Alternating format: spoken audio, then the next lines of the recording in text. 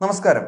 American പ്രസിഡന്റായി ചുമതലയേറ്റതു മുതൽ Donald Trump തുടങ്ങിവെച്ച tariff യുദ്ധത്തെ വലിയ ആശങ്കയോടെയാണ് ലോകം നോക്കിക്കാണുന്നത്.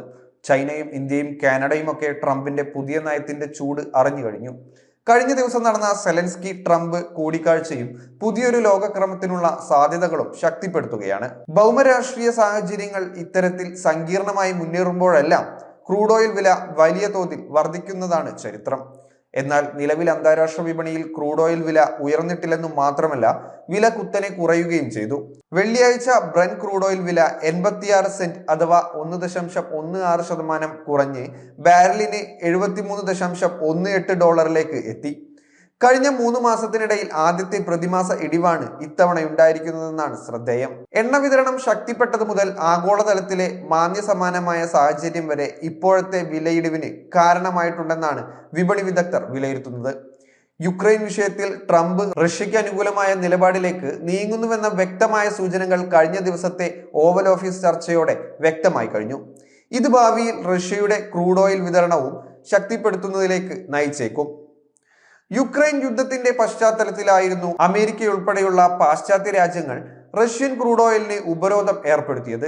ഇന്ത്യ അടക്കമുള്ള രാജ്യങ്ങൾക്ക് വിലക്കിഴിവിൽ എണ്ണ നൽകിക്കൊണ്ടാണ് ഈ ഉപരോധത്തെ റഷ്യ മറികടന്നത്.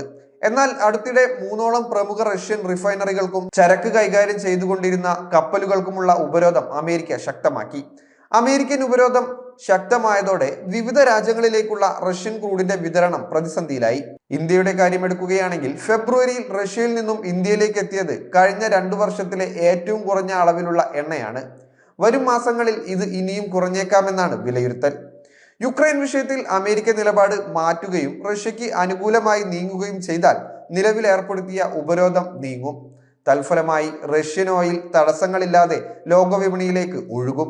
ഇതിനു പുറമെ അമേരിക്കയിൽ നിന്നും കൂടുതൽ എണ്ണ വിപണിയിലേക്ക് എത്തും എന്ന് ഉറപ്പാണ്. തിരഞ്ഞെടുപ്പിൽ വിജയത്തിനു ശേഷം നടത്തിയ ആദ്യ പ്രസംഗത്തിൽ തന്നെ ട്രംപ് ഇക്കാര്യം വ്യക്തമാക്കിയിരുന്നു. വിതരണം ശക്തിപ്പെടുത്തുന്ന ഈ ഘട്ടത്തിൽ തന്നെയാണ് മറുവശത്ത് താരിഫ് യുദ്ധം ശക്തിപ്പെടുന്നതും. ആഗോള വളർച്ച അത് മന്ദഗതിയിലാക്കുകയും ചെയ്യുന്നുണ്ട്.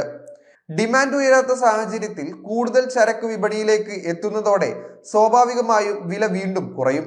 ക്രൂഡ് ഓയിൽ വില കുറയുന്നത് സൗദി അറേബ്യ അടക്കമുള്ള രാജ്യങ്ങൾക്ക് തിരിച്ചടിയാകുമെങ്കിലും ഇന്ത്യ പോലുള്ള ക്രൂഡ് ഇറക്കുമതി രാഷ്ട്രങ്ങൾക്ക് ഇത് അനുഗ്രഹമായി മാറും. അതേസമയം നിലവിൽ ചൈനയുമായുള്ള വ്യാപാരത്തിലാണ് റഷ്യ മുൻഗണന നൽകുന്നത്. ഫാർ ഈസ്റ്റ് റഷ്യ ചൈന റൂട്ടിൽ സർവീസ് നടത്തുന്നതിനായി ടാങ്കറുകളെ പുനർക്രമീകരിച്ചു കൊണ്ടിരിക്കുകയാണെന്നും റിപ്പോർട്ട് പറയുന്നു. മുമ്പ് ഈ റൂട്ടിൽ സഞ്ചരിച്ചിരുന്ന ഡസൻ കണക്കിന് കപ്പലുകൾക്കായിരുന്നു ജനുവരിയിൽ അമേരിക്ക ഉപരോധം ഏർപ്പെടുത്തിയത്.